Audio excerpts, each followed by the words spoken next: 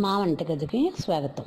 మా వంటగదిలో ఈరోజు మామిడి ముక్కల పచ్చడి అప్పటికప్పుడు కలుపుకొని మామిడి ముక్కలతో పచ్చడి ఎలా రెడీ చేయాలో చూద్దాం. ముందుగా స్టవ్ పై పాన్ పెట్టుకొని 1 టేబుల్ స్పూన్ ఆవాలు, 1 టీ స్పూన్ మెంతులు కూడా వేసి దోరగా వేయించుకుందాం. ఇవి బాగా వేగిన తర్వాత మిక్సీలో వేసి పౌడర్లా చేసి పక్కన పెట్టుకుందాం.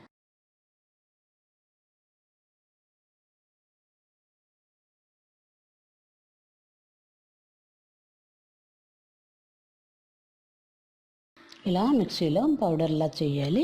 ఇది అలా పౌడర్లా చేసిన ఆవాలు, మెంతి పొడి దీన్ని పక్కన పెట్టి ఇప్పుడు ఒక పెద్ద బౌల్ తీసుకొని దీనిలో ముందుగా మనం చెక్కి చిన్న చిన్న ముక్కలుగా కట్ చేసిన మామిడి ముక్కల్ని కొలుద్దాం. ఒక చిన్న గిన్నె తీసుకొని దీంతో ఒక 3 గిన్నెలు మామిడి ముక్కల్ని పెద్ద బౌల్లో వేసుకుందాం. ఇలా ఒక గిన్నె తీసుకొని దాంతో కొలిస్తే ఉప్పు, కారం కూడా ఇదే గిన్నెతో కొలవచ్చు. ఇప్పుడు ఈ మామిడి ముక్కల్లో ముందుగా పౌడర్ చేసుకున్న ఆవాల పొడి ఒక 2 టీ స్పూన్లు, 1/2 కప్పు ఉప్పు,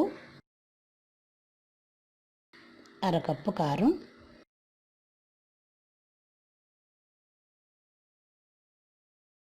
కొద్దిగా వెల్లుల్లిపాయలు వేసి బాగా కలుపుకుందాం. ఇప్పుడు దీనిలోనే మామిడికాయలు తీసుకున్న గిన్నె నిండుగా 1 కప్పు ఆయిల్ వేసుకుందాం. ఇది వేరుశనగ కానీ నువ్వుల నూనె కానీ వేసుకుంటే పచ్చడి బాగుంటుంది. ఇప్పుడు దీన్ని బాగా కలిపి మూత పెట్టి 2 రోజులు ఉన్న తర్వాత దీన్ని వాడుకుంటే చాలా రుచిగా ఉంటుంది. మామిడి ముక్కలు కూడా ఊరుతాయి. ఇప్పుడు 3వ రోజుని దీన్ని మళ్ళీ బాగా కలిపి వేరే బౌల్లో తీసుకొని సర్వ్ చేద్దాం. ఇలా రెడీ అయిన ఈ పచ్చడిని ఒక గాజు సీసాలో వేసుకొని వాడుకుంటే 1 నెల వరకు పాడవకుండా ఉంటుంది.